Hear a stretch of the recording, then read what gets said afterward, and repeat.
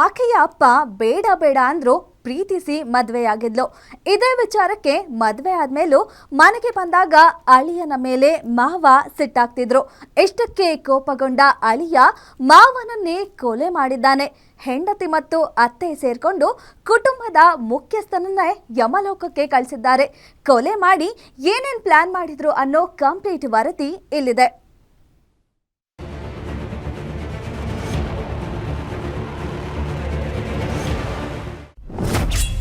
ಹೆಣ್ಣು ಕೊಟ್ಟ ಮಾವನನ್ನೇ ಮರ್ಡರ್ ಮಾಡಿದ ಅಳಿಯ.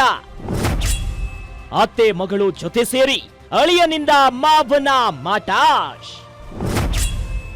ಬೆಂಗಳೂರಲ್ಲಿ ಕೊಲೆ, ಕೋಲಾರದಲ್ಲಿ ಸುಟ್ಟು ಬಂದ ಕ್ರಿಮಿನಲ್ಸ್. ಹಿರಿಯ ಮಗಳಿಂದ ತಂದೆ ಕೊಲೆ, ಕಿರಿಯ ಮಗಳಿಂದ ಕೇಸ್ ಬೆಳಕಿಗೆ. ಗಂಡ ಹೆಂಡತಿ ಇಬ್ಬರು ಹೆಣ್ಣು ಮಕ್ಕಳು ಕೂಲಿ ನಾಲಿ ಮಾಡಿ ಜೀವನ ಸಾಗಿಸ್ತಾ ಇದ್ರು. ಆದ್ರೆ ಹರೆಯಕ್ಕೆ ಬಂದ ಮಗಳಿಗೆ ಪ್ರೀತಿಯ ಸೆಳೆತವಾಗಿತ್ತು. ಅಪ್ಪ ವಿರೋಧಿಸಿದ್ರು ಕೂಡ ಮದುವೆಯೂ ಆದ್ಲು. ಆದ್ರೆ ಕಟ್ಟಿಕೊಂಡ ಗಂಡನೇ ಆಕೆಯ ಅಪ್ಪನನ್ನ ಕೊಂದು ಬಿಟ್ಟಿದ್ದ. ಅಲ್ದೆ ಮೃತನ ಹೆಂಡತಿ ಅಂದ್ರೆ ಆತನ ಅತ್ತೇನೆ ಮರ್ಡರ್ಗೆ ಸಾಥ್ ಕೊಟ್ಟಿದ್ಲು. ಇವರಿಬ್ಬರ ಕೃತ್ಯದಲ್ಲಿ ಮಗಳು ಕೂಡ ಶಾಮೀಲಾಗಿದ್ಲು. ಈತನ ಹೆಸರು ಬಾಬು.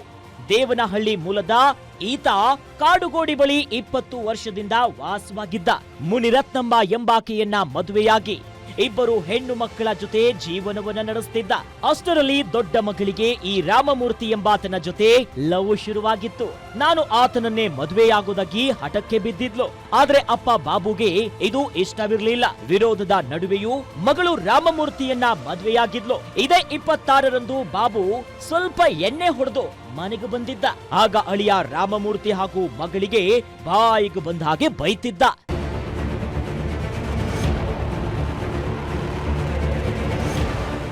ಇದರಿಂದ ಕೋಪಗೊಂಡ ಬಾಬು ತನ್ನ ಹೆಂಡತಿ ಮುನಿರತ್ನಮ್ಮ ಮೇಲೆ ಹಲ್ಲೆ ಮಾಡಿದ್ದ. ಅತ್ತಿಗೆ ಯಾಕೆ ಹೊಡಿತೀಯಾ ಅಂತ ಬಾಬು ಕಪಾಳಕ್ಕೆ ರಾಮಮೂರ್ತಿ ಬಲವಾಗಿ ಬಾರಿಸಿದ್ದ. ಬಿದ್ದ ಒಂದೇ ಒಂದು ಏಟಿಗೆ ಬಾಬು ಸ್ಥಳದಲ್ಲೇ ಸಾವನ್ನಪ್ಪಿದ್ದ.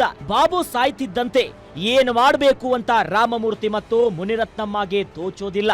ತಮ್ಮ ಸಂಬಂಧಿಕರೊಬ್ಬರಿಗೆ ಕರೆ ಮಾಡಿ ಮನೆ ಬಳಿ ಆಂಬ್ಯುಲೆನ್ಸ್ ಅನ್ನ ಕರೆಸಿಕೊಳ್ತಾರೆ. ಬೆಳಗಿನ ಜಾವ ಶವವನ್ನ ಹಾಕೊಂಡು ಕೋಲಾರ ಕಡೆಗೆ ಆಂಬ್ಯುಲೆನ್ಸ್ ಆಗಿತ್ತು. ಕೋಲಾರದ ಹಿಂದೂ ರುದ್ರ ಭೂಮಿಯಲ್ಲಿ ಬಾಬು ಮೃತದೇಹವನ್ನ ಸುಟ್ಟು ಬೆಂಗಳೂರಿಗೆ ವಾಪಸ್ ಆಗಿದ್ರು. ಆದ್ರೆ ಇಷ್ಟೆಲ್ಲ ಕರ್ಮಕಾಂಡಕ್ಕೆ ಸಾಕ್ಷಿಯಾಗಿದ್ದ ಕಿರಿಮಗಳಿಗೆ ಭಯ ಶುರುವಾಗಿತ್ತು. ಬಟ್ ಈಗೇನಂದ್ರೆ ನಾವು ನಮ್ಮ ಟೀಮ್ಸ್ ಏನಿದೆ, ನಮ್ಮ police teams with in no time, ರಾತ್ರಿ ಕಂಪ್ಲೇಂಟ್ ಬಂದ ನಂತರ ನೆಕ್ಸ್ಟ್ ಡೇವರೆಗೆ ನೈಟ್ ಕಂಪ್ಲೇಂಟ್ ನಿನ್ನೆ ರಾತ್ರಿ ನಮ್ಮ ಜೊತೆಯಲ್ಲಿ ಇದು ಸೀನಿಯರ್ ನಮ್ಮ ಕಾನ್ಸ್ಟೇಬಲ್ ಅಂದ್ರೆ ನಮ್ಮ ಲೆವೆಲ್ಗೆ ನಾವೆಲ್ಲ ಫೀಲ್ಡಲ್ಲಿ ಇದನ್ನೆಲ್ಲ ಮಾಡಿದ್ದೀವಿ. ಈಗ ಫರ್ದರ್ ಏನಿದೆ ಡೀಟೇಲ್ ಆಗಿ ಇನ್ವೆಸ್ಟ್ ಮಾಡಿದ್ರೆ ಸ್ವಲ್ಪ ಟೈಮ್ ಬೇಕಾಗುತ್ತೆ. 4 ದಿನದ ಬಳಿಕ ಚಿಕ್ಕಪ್ಪನ ಬಳಿ ಅಪ್ಪನ ಸಾವಿನ ವಿಚಾರ ತಿಳಿಸಿದ್ಲು.